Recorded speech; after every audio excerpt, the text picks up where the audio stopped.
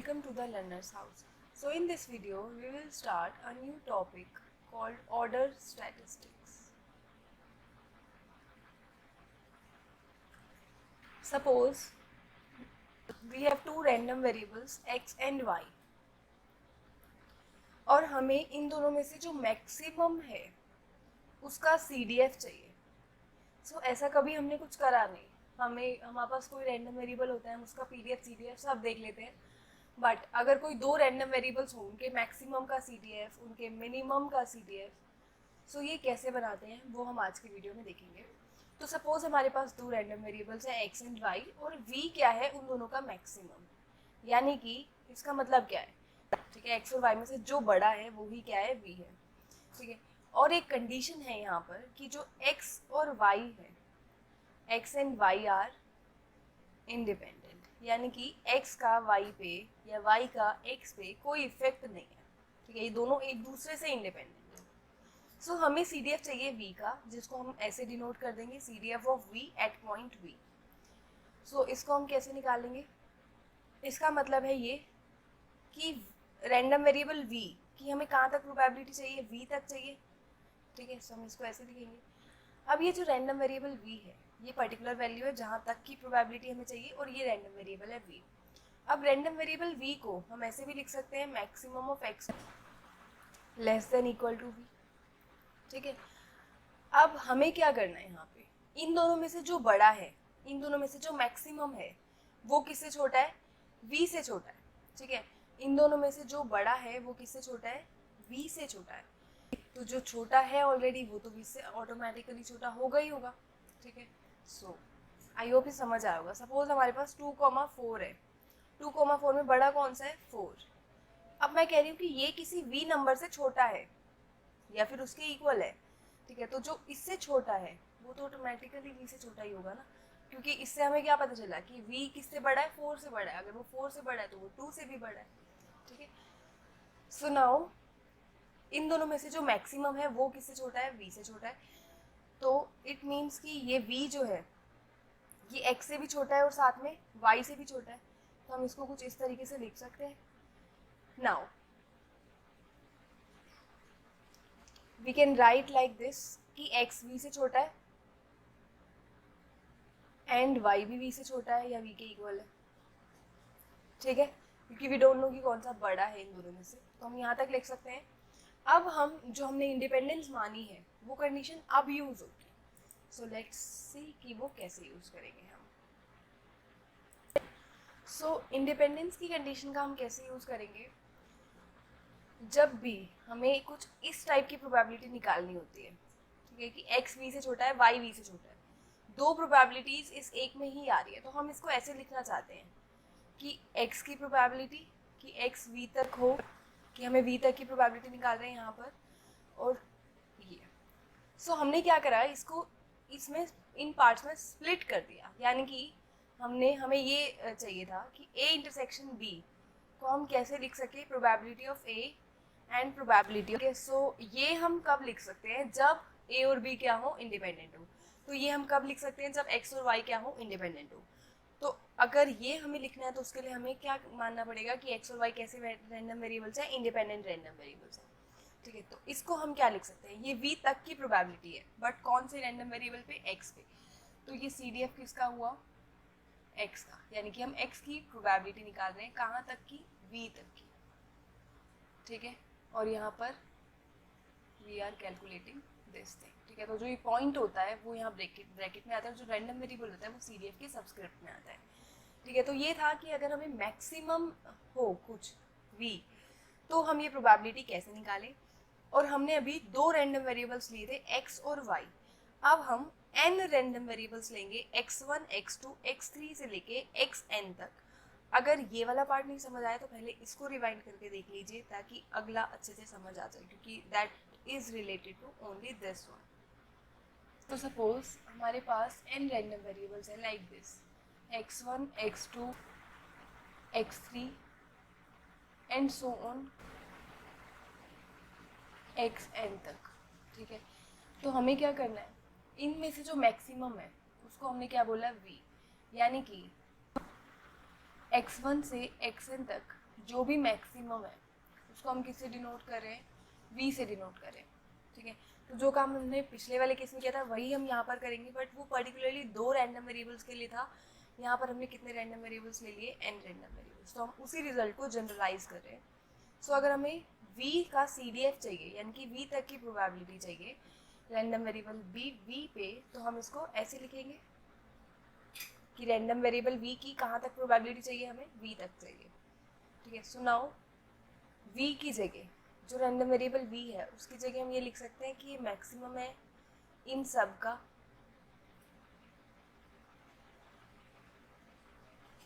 इन सब का क्या है, ये मैक्सिमम है।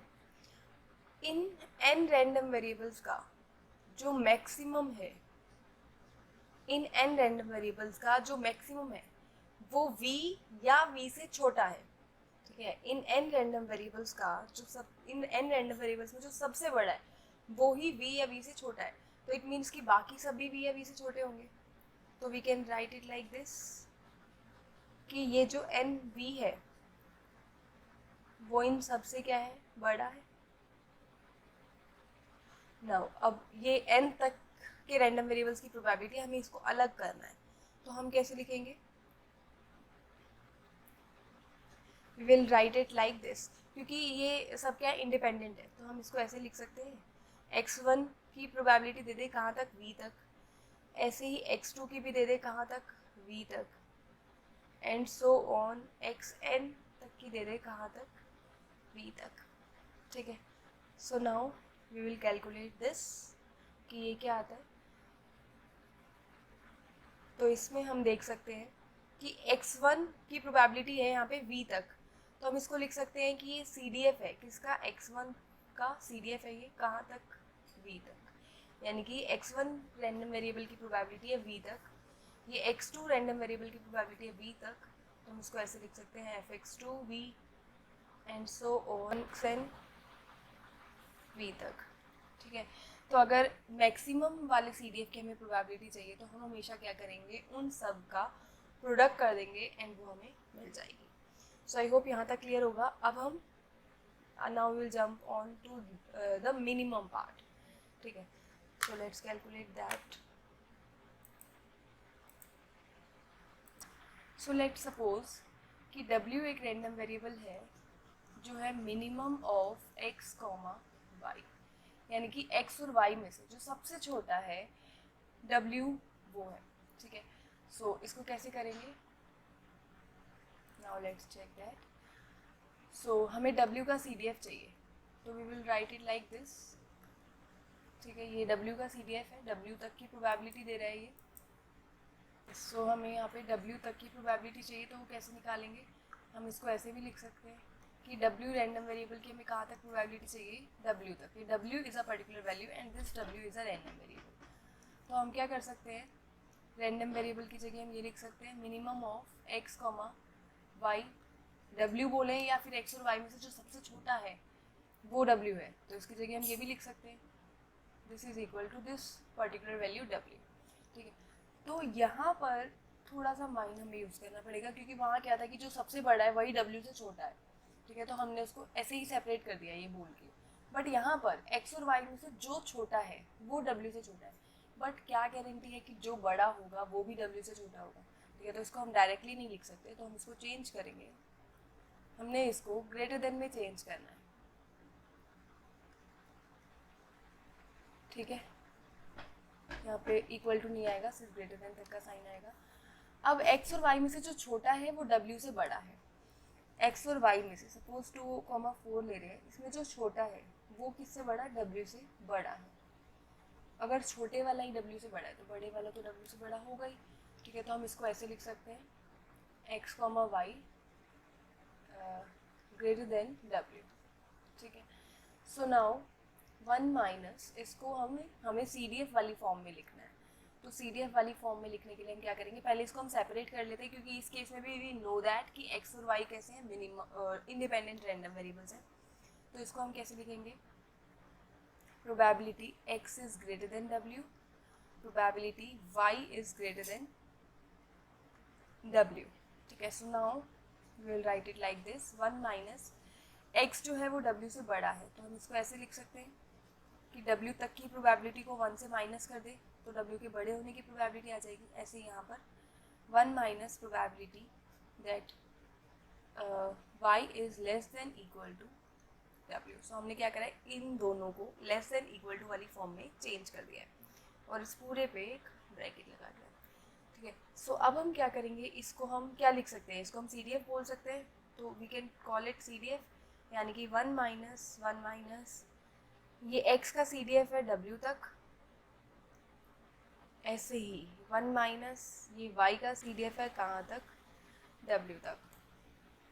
सो वैसे ही अगर हमें किसी भी रैंडम वेरिएबल्स का मैक्सिमम दिया हो, मिनिमम दिया हो, तो आई होप कि अब आप CDF निकाल सकते हैं उसके मैक्सिमम का भी और मिनिमम का भी। सो ये एक छोटा सा टॉपिक था जिससे क्वेश्चन बहुत ही कम आते हैं, बट स्टिल अगर आ गया तो आपको पता होना चाहिए, ये बुक में भी नहीं लिखा हुआ है। ठीक है, सो नाउ अभी हमने CDF निकाला है, अगर हमें PDF निकालना होगा तो हम उससे CDF का क्या कर देंगे, डेरिवेटिव ले लेंगे। ठीक है, सो अभी इस पर हम एक दो क्वेश्चंस भी करेंगे। उससे पहले our next topic is recursive formula. So recursive formula या फिर इसकी जगह आइटरेटिव फॉर्मूला भी बोल सकते हैं। ये क्या होता है, रिकर्सिव फॉर्मूले का मतलब है कि हम किसी टर्म को रिप्रेजेंट कर रहे हैं उसकी पिछली टर्म के टर्म्स में, यानी कि suppose x equals to k की प्रोबेबिलिटी मुझे निकालनी है, तो मैं इसको यहाँ पर कुछ कांस्टेंट होगा या कुछ भी होगा इनटू में ये टर्म जरूर आना चाहिए, x equals to k minus 1। ठीक है, तो ये प्रोबेबिलिटी हम इस प्रोबेबिलिटी को उसकी पिछली वाली प्रोबेबिलिटी के टर्म्स में लिख रहे हैं, तो इसको बोलते हैं रिकर्सिव फॉर्मूला या फिर आइटरेटिव फॉर्मूला। तो इसको सब एक एग्जांपल से करते हैं। सपोज x एक रैंडम वेरिएबल है जो फॉलो कर रहा है बाइनोमियल n, p, तो इसको रिकर्सिव फॉर्मूले में अगर लिखने के लिए आएगा तो हम कैसे लिखेंगे। सो अगर हम x पे वैल्यू निकालें, प्रोबेबिलिटी निकालें, तो वो कुछ इस तरीके से आएगी, NCx p raise to the power x 1 minus p raise to the power n minus x, कुछ इस तरीके से आएगी। ऐसे ही x माइनस 1 पे अगर हमें प्रोबेबिलिटी चाहिए तो वो हम कैसे निकालेंगे, n c x minus 1 p raise to the power x minus 1 and 1 minus p raise to the power, जहाँ जहाँ x है वहाँ क्या कर देंगे, x माइनस 1 रिप्लेस कर देंगे। ठीक है, तो ये प्रोबेबिलिटी आई x की x पे और ये आई x माइनस 1 पे।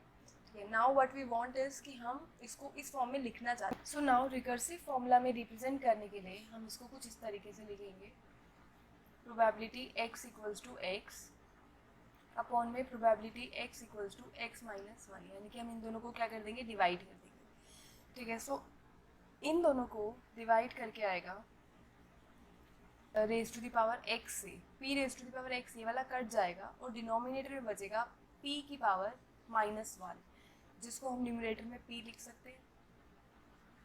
नाउ इस पे बात करते हैं, यहाँ पर आएगा n minus x plus 1 after solving, तो हम इसको ऐसे लिख सकते हैं 1 माइनस पी की power n minus x into में 1 माइनस पी। तो हम इन दोनों को डिवाइड करेंगे तो ये और ये कट जाएगा और डिनोमिनेटर में बचेगा 1 माइनस पी यानी कि q। ठीक है, now this N C X को हम लिख सकते हैं n factorial upon x factorial n minus, और इसको हम लिखेंगे n factorial upon x minus 1 factorial. तो ये जस्ट डिवाइड आप खुद से कर लेना, n minus x plus 1 factorial. तो मैं बता देती हूँ क्या आएगा, n फैक्टोरियल कट जाएगा, x फैक्टोरियल की जगह हम लिख सकते हैं x इंटू एक्स माइनस, ये भी कट जाएगा, यहाँ पर बचेगा x और यहाँ पर आएगा डिनोमिनेटर में n minus x, so it will be n minus x plus 1 upon में x। ठीक है, सो ये कुछ इस तरीके से आएगा जब हमने किसको किससे डिवाइड करा है, हमने इसको डिवाइड करा है इस पार्ट से।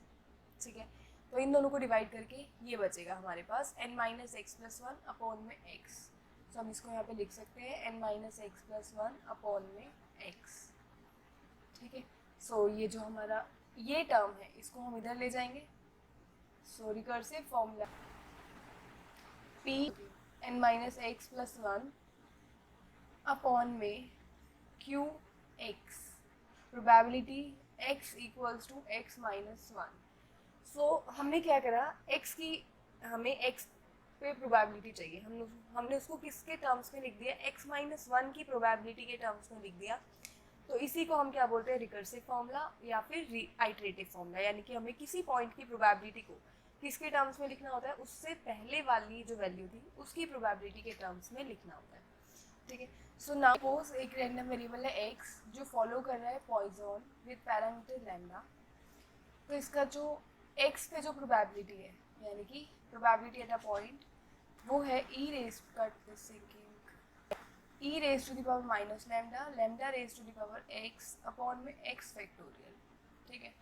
अगर यही प्रोबेबिलिटी हमें x-1 पे निकालनी होगी तो वो आएगी e raise to the power minus lambda, lambda raise to the power x-1 upon में x-1 cut sinking x-1 factorial, ठीक है। सो ये आ रहा है कुछ इस तरीके से। अब हम इन दोनों को क्या कर देंगे, डिवाइड कर देंगे in order to obtain our recursive formula. So जब हम इसको डिवाइड करेंगे ये कुछ इस तरीके से आएगा, e raise to the power minus lambda से e raise to the power minus lambda cut जाएगा। इसको हम ऐसे लिख सकते हैं, x-1 की जगह हम लिख सकते हैं लैम्डा की पावर -1, तो ये दोनों भी कट जाएंगे। अब यहाँ पर x के साथ हम लिख सकते हैं x-1 फैक्टोरियल, तो ये दोनों भी कट जाएंगे। तो यहाँ पर बचा 1/x और यहाँ बचा लैम्डा की पावर -1, तो लैम्डा की पावर -1 को हम लिख सकते हैं 1/λ। अब हम जब इन दोनों को डिवाइड कर देंगे तो ये लैम्डा ऊपर आ जाएगा एंड x नीचे, so it will be λ/x, यानी कि हमें इसकी प्रोबेबिलिटी, ये इसको चाहिए इसके टर्म्स में, तो हम कैसे निकालेंगे, probability of x equals to λ/x, probability x equals to x-1, ठीक है। तो ये पार्ट हमारा आएगा, this is called recursive formula. इसमें हमने क्या करा है, x पे प्रोबेबिलिटी चाहिए थी, उस प्रोबेबिलिटी को हमने किसके टर्म्स में लिखा है, x-1 के टर्म्स में। तो रिकर्सिव फॉर्मूला और वो जो ऑर्डर स्टैटिस्टिक्स वाला पार्ट था वो इतना ही था, ठीक है। तो अब इसके अलावा प्रोबेबिलिटी डिस्ट्रीब्यूशन में कुछ 1-2 टॉपिक्स और है, so next video will cover probability distribution and उसके बाद से हम नेक्स्ट चैप्टर स्टार्ट करेंगे। सो वीडियो पसंद आई हो तो like, comment, share and subscribe to the Learners House. You can also follow us on Instagram and Facebook for more updates. Thank you so much.